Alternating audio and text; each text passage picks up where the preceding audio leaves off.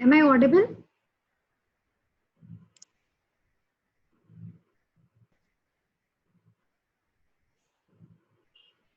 Am I audible? Baba?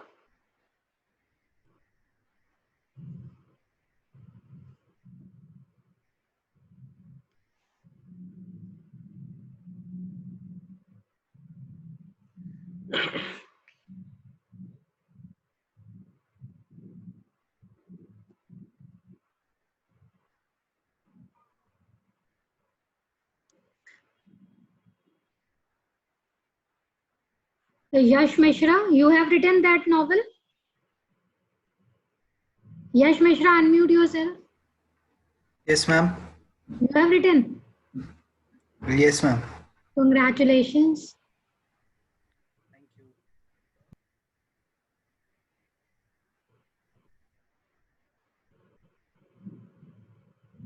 you.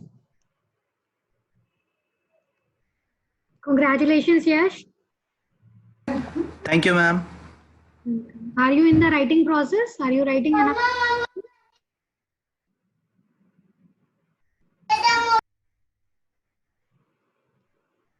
Hello.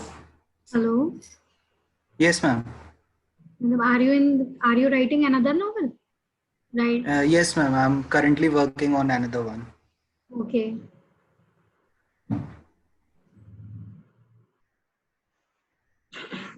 So let's wait for 2-3 more minutes and then we'll continue with lecture.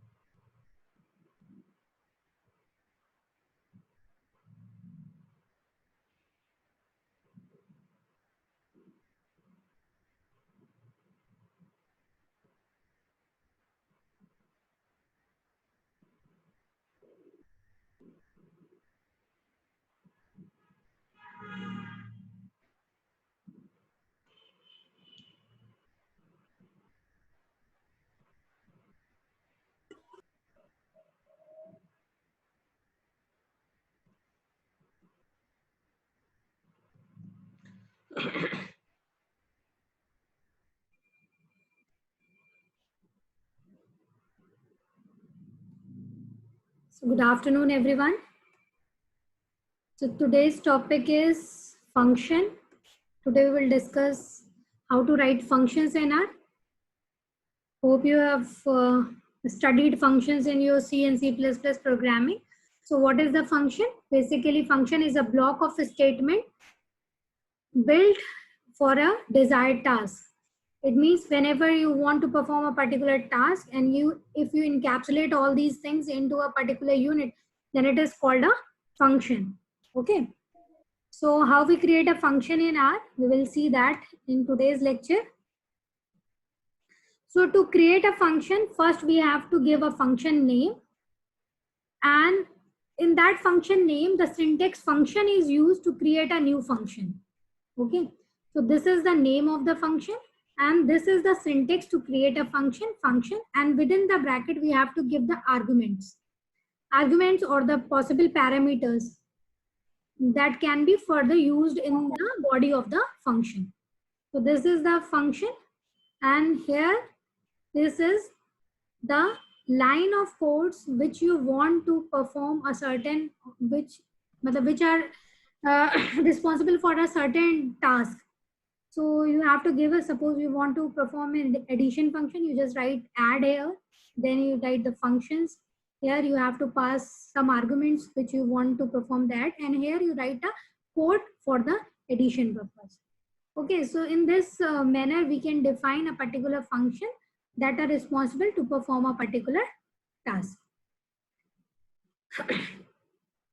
So in function we'll take the same example that we have do for the Fibonacci series.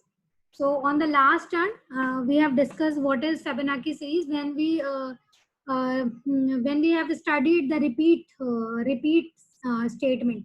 So repeat is basically used when you want to repeat something. Okay. So apart from this, we are creating the function to create a Fibonacci series. MyFib is a function. My Fibonacci is a MyFib is the name of the function. Then to create a function, I've used a syntax function. And if you see within the brackets, there is no arguments. It means we are not passing any argument to this particular function. Okay. So within the brackets, we have to define the body of the function as it is a Fibonacci series. So we have to generate a program for Fibonacci series. And what is the program for that? A Fibonacci series, always the next number is the sum of the previous two numbers. Okay. So how to generate this? First, I have to take the two objects initially so that we can assign the initial two values. We have assigned it with 1 and 1. So initially we have to take two objects A and B, and both the values are assigned to 1. Then I have to take a cat command. This is used for concatenations of the strings. Let's likewise I have written fib A. It means 1 will be written here. Then comma spacing. Then fib B. The next object will be written, and that is the separation. Okay. And similarly, we have read the repeat operation. We have used a repeat operation here. I have taken another object temp that take the sum of these two objects. And what are the sum of these two objects? 1 plus 1, it will give me a 2. Then I have to perform a kind of swapping here so that the sum can be done for the next two values. So we have assigned fib A. Whatever a value of B object will be assigned to A, and whatever be value of the temp will be assigned to B. Now the counter will be shifted to one more position, and 1 plus 1 will get 2 here. Now we'll get 1 here and 2 here. Now the summation will be done for 1 plus 2 will get 3. Now again 3 and 2 will be assigned, then 3 and 2 will be sum, and we'll get the 5. How long it will perform? It will perform till there is a value given 150, till the value of B will be greater than 150. As soon as the value of B will become the greater than 150, it will cat break now will be printed as it is, because this is a string and this is a break statement. Okay. So it will break your repeat operation. So here it will terminate as soon as the value of B becomes greater than 150. So this is our one function, and the name of the function is MyFib, my Fibonacci series. And this is the body of function, that is, these are instructions which are used to calculate the Fibonacci series. Okay, from 1 to 150. So if we just print this Fibonacci series, like I've just printed mylib, then it will give me this kind of Fibonacci series will be generated from here. Okay. So the next function is to add the arguments into this. Up till now, we are not taking any arguments, because if you see in the brackets, there is no argument. Within the parenthesis, there is no argument. Now we'll take how to take the arguments for this within the function.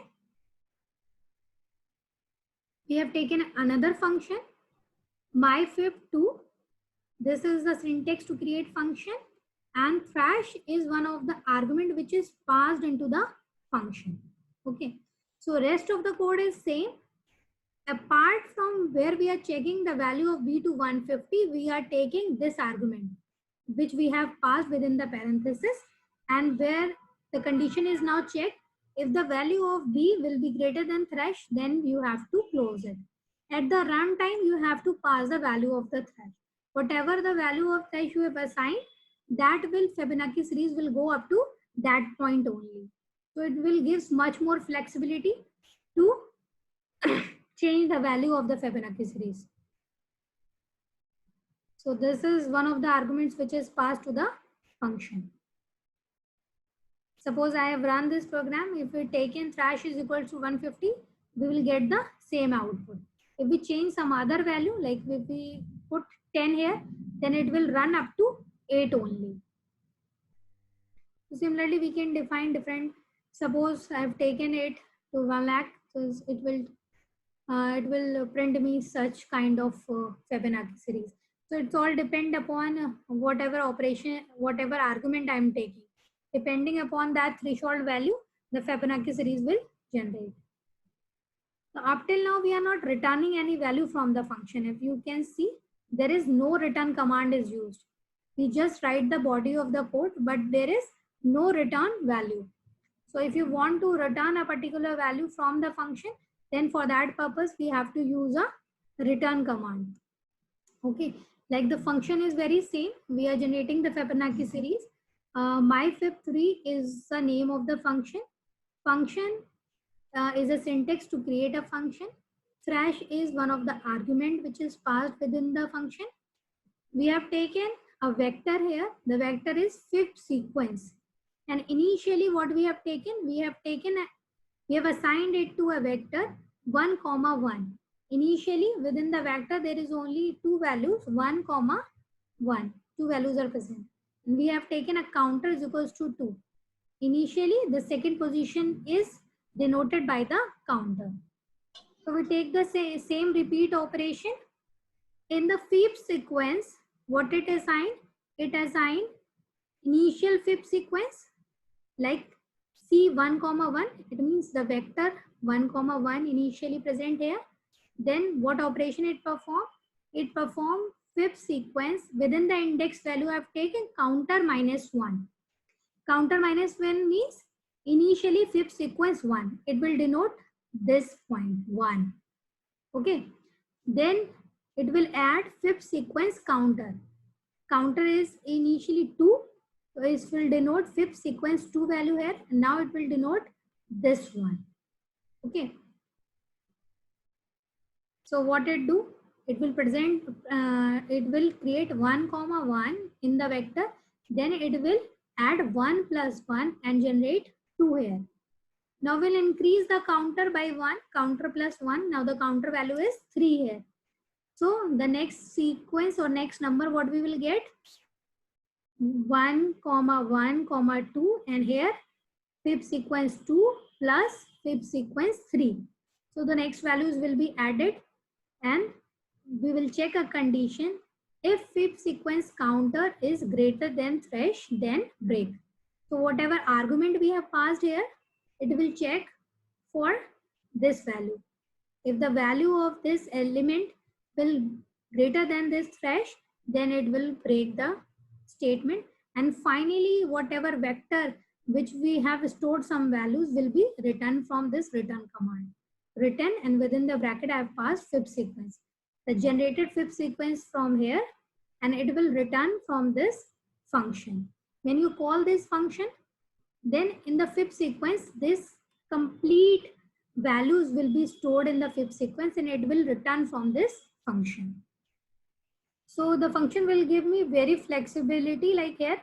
You can define a function without arguments. You can define a function with arguments. And you can also define a function which has some return value. Why we use a return value? Sometimes in some programs, we have to use this return value into some other function. That's why to return a particular value is important for the function. Like to run this value, like my fib3, I have passed 150. This is the value of the thresh. So it will generate a sequence this. Okay. Now I have taken an object. As I've said, you can store the return sequence to another object.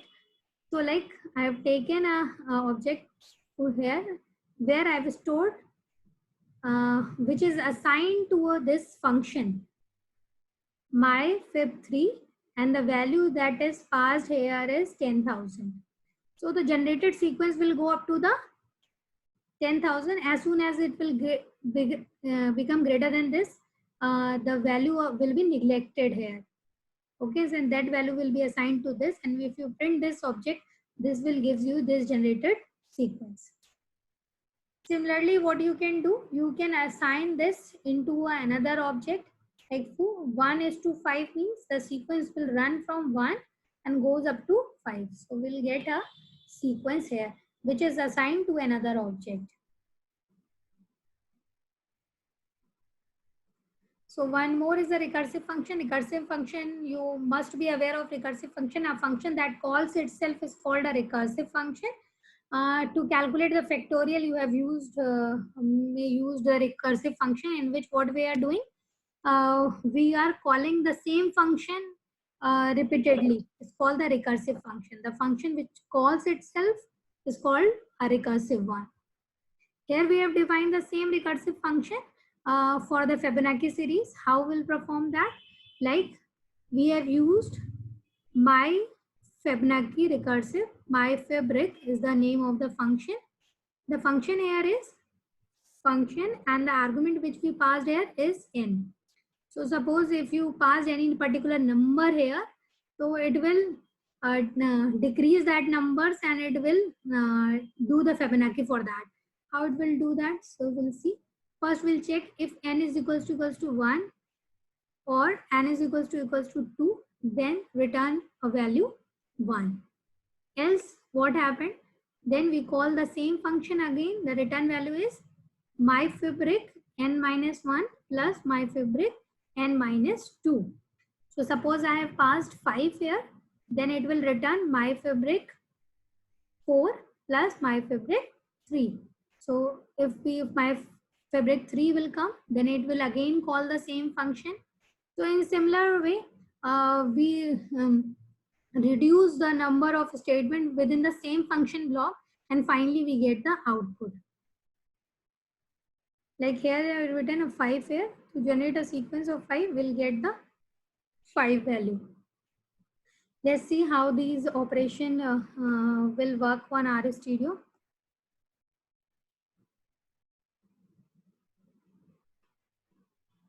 So this is the very first function in which I have not passed any kind of argument. The same Fibonacci function is here, in which the first will take the sum of two values, then we kind of perform a swapping here, and then we have given a check condition here. When the value of b will be greater than 150, then it will stop. So this is the first function.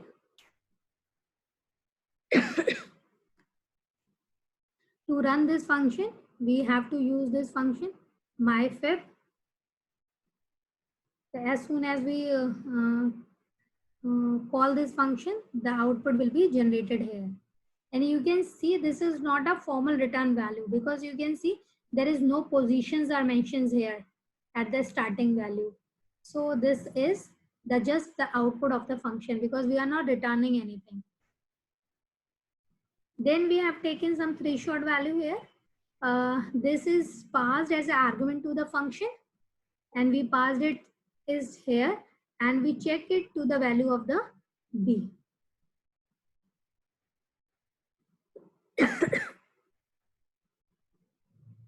Suppose this one is run here. So now to run the function, first we have suppose taken the value of this 150 as a thrash value. The generated sequence will be very same. Now we have taken 10 lakh as a value. The generated sequence will be close to here.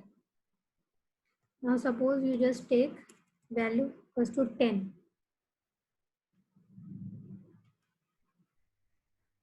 So you can see the generated sequence will be goes to 13. Because after that, because the computer value you can see now, it will be greater than 10.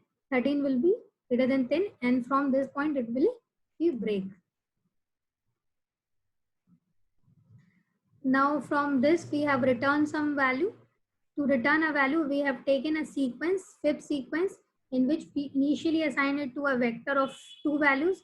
Then we have assigned different values to this Fib sequence, and finally we have returned this Fib sequence.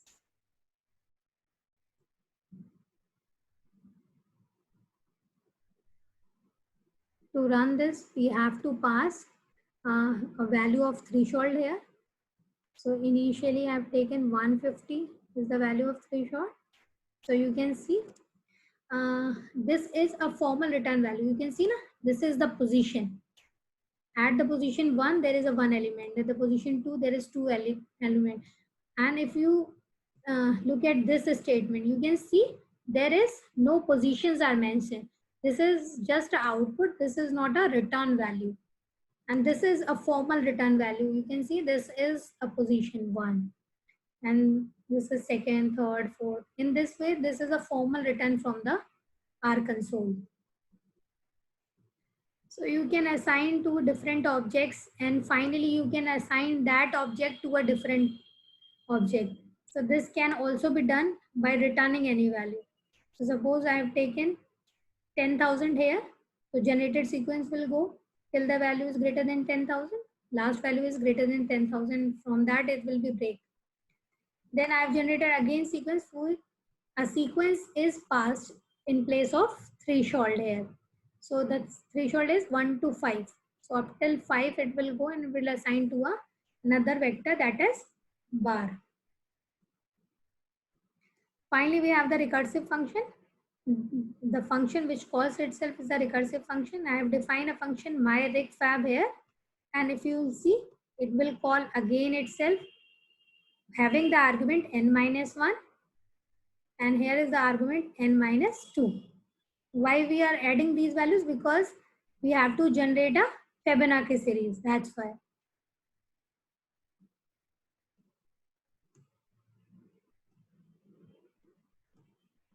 So I have just put the past values here. Suppose I have to create a Fibonacci for value 2.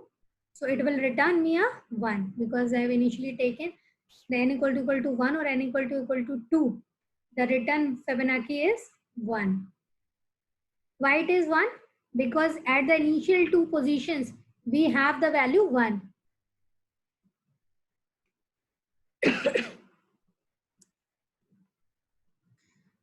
So if you want to check it, what is the position for the first one? If you check it here, at the position 1, there is also a 1 here. So at the position 1 and 2 will get 1. Same as it is written in the function. If the value of n is equals to 1 or 2, it will return 1. Else at the position 3rd, it will return 2. It will sum 1 plus 1, it will return 2. At the position 4th, it will return 2 plus 1 and 3. At the 5th position, it will return 3 plus 2, that is 5. Okay, similarly, if you can pass any number to calculate Fibonacci for that number. So that's all with your functions. Your Monday class and Wednesday class will not happen because we have the invigilation duties in final year examination. Okay.